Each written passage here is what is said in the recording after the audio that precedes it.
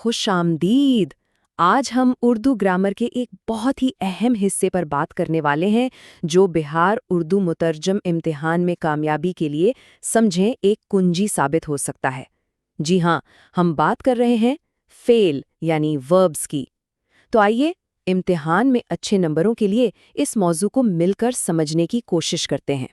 اور دیکھیں، اس سفر میں ہمارے رہنما ہیں پٹنہ یونیورسٹی کے گولڈ میڈلسٹ ڈاکٹر شاہد وسیع صاحب۔ ہم ان کے خاص طور پر تیار کیے گئے نوٹس کی روشنی میں ہی آگے بڑھیں گے جو انہوں نے امتحان کے امیدواروں کے لیے ہی بنائے ہیں۔ تو اس سے بہتر تیاری کا اور کیا طریقہ ہو سکتا ہے بھلا؟ اچھا، تو آج کا ہمارا سفر کچھ یوں رہے گا۔ ہم فعل کی بنیاد سے شروع کریں گے، پھر حال، ماضی اور مستقبل کے زمانوں کی گہرائی میں جائیں گے، اور بالکل آخر میں وہ سارے اہم نکات اکٹھے کریں گے جو سیدھا سیدھا امتحان میں کام آئیں گے۔ تو پھر سب تیار ہیں؟ چلیں پہلے قدم کے ساتھ اپنی بنیاد کو مضبوط کرتے ہیں، کیونکہ یہ تو سب جانتے ہیں کہ اگر بنیاد مضبوط ہو تو عمارت ہمیشہ بلند ہوتی ہے۔ تو سب سے پہلا سوال، فعل آخر ہے کیا؟ بالکل سیدھے اور آسان الفاظ میں سمجھیں تو یہ وہ لفظ ہے جو ہمیں بتاتا ہے کہ کیا ہو رہا ہے، کیا ہوا تھا یا پھر کیا ہوگا۔ یعنی یہ ایک ایسا ایکشن ورڈ ہے جو وقت سے جڑا ہوا ہے۔ آئیے اب ذرا ان مثالوں سے سمجھتے ہیں۔ بنوایا، یہ ماضی کی کہانی سنا رہا ہے۔ پڑھتے ہیں، اس سے حال کا پتہ چل رہا ہے۔ بولتے تھے، یہ گزرے وقت کی ایک عادت بتا رہا ہے، اور پہنچ چکی ہے، اس سے پتہ چلا کہ کام ابھی ابھی مکمل ہوا ہے۔ دیکھا، یہی تو ہے فعل کا جادو۔ اچھا جی، اب آتے ہیں فعل کی 3 بڑی قسموں پر۔ پہلا ہے فعل لازم، جہاں کام کا اثر صرف کام کرنے والے پر ہی رہتا ہے، جیسے وہ سویا۔ دوسرا ہے فعل متعدی، جو ایک قدم آگے بڑھ کر اپنا اثر کسی اور چیز یعنی مفعول پر ڈالتا ہے، جیسے اس نے خط لکھا۔ اور تیسرا ہے فعل ناقص، جو کوئی کام نہیں کرتا، بس کسی کی حالت بتاتا ہے، جیسے وہ بیمار تھا۔ چلیں جی، بنیادیں تو مضبوط ہو گئیں، اب وقت ہے حال میں جینے کا۔ آئیے فعل حال کی دنیا کو کھوجتے ہیں۔ یہ سلائیڈ جو آپ دیکھ رہے ہیں نا، یہ فعل حال کا ایک مکمل خزانہ ہے۔ اس کی تعریف سے لے کر امتحانی نکات تک سب کچھ یہاں موجود ہے۔ آئیے اس میں سے اہم موتی چنتے ہیں۔ فعل حال کی بھی دیکھیے 3 صورتیں ہیں۔ حال مطلق، جو ایک عمومی سچائی یا عادت بتاتا ہے۔ حال جاری، جو یہ بتاتا ہے کہ کام ابھی ہماری آنکھوں کے سامنے ہو رہا ہے، جیسے وہ خط لکھ رہا ہے۔ اور حال مکمل، جو یہ اعلان کرتا ہے کہ کام ابھی ابھی، بالکل ابھی پایۂ تکمیل کو پہنچا ہے، جیسے اس نے خط لکھ لیا ہے۔ اب ماضی کی گلیوں میں چلتے ہیں۔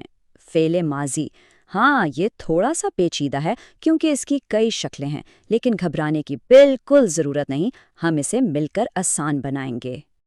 یہ سلائیڈ فعل ماضی کا پورا نقشہ ہے۔ آئیے اس کی مختلف شاخوں کو ایک ایک کر کے سمجھتے ہیں۔ جیسا کہ آپ دیکھ رہے ہیں، ماضی کی 6 الگ الگ شکلیں ہیں۔ ان کا فرق سمجھنا امتحان میں کامیابی کے لیے بہت بہت ضروری ہے۔ ماضی مطلق، یعنی کام بس ماضی میں ہوا، جیسے اس نے کھایا۔ ماضی قریب، یعنی کام ابھی ابھی ختم ہوا، جیسے اس نے کھایا ہے۔ ماضی بعید کا مطلب کام بہت پہلے ہوا تھا، جیسے اس نے کھایا تھا۔ ماضی استمراری کا مطلب ہے کام ماضی میں جاری تھا، جیسے وہ کھا رہا تھا۔ ماضی شکیہ میں، جیسا کہ نام سے ظاہر ہے، شک پایا جاتا ہے، جیسے اس نے کھایا ہوگا۔ اور آخر میں ماضی تمنائی، جس میں کوئی شرط یا آرزو ہو، جیسے کاش وہ کھاتا۔ تو ماضی اور حال سے نکل کر اب مستقبل کی طرف دیکھتے ہیں۔ فعل مستقبل، جو آنے والے کل کی بات کرتا ہے۔ یہ سلائیڈ مستقبل میں جھانکنے میں ہماری مدد کرے گی۔ اس میں وہ سب کچھ ہے جو فعل مستقبل کے بارے میں جاننے کی ضرورت ہے۔ اور یہ رہی ایک زبردست ٹپ۔ فعل مستقبل کو پہچاننا تو سمجھیں بچوں کا کھیل ہے۔ بس جملے کے آخر میں گا، گے یا گے تلاش کریں۔ مل گیا تو سمجھیں آپ نے مستقبل کو پکڑ لیا۔ یہ چھوٹی سی چیز امتحان میں آپ کا بہت وقت بچائے گی۔ چلیں جی، اب وقت ہے کہ ہم اپنے سیکھے ہوئے علم کو سمیٹیں اور امتحان کے لیے تیار ہو جائیں۔ یہ وہ خلاصہ ہے جو آپ کو نمبر دلا سکتا ہے۔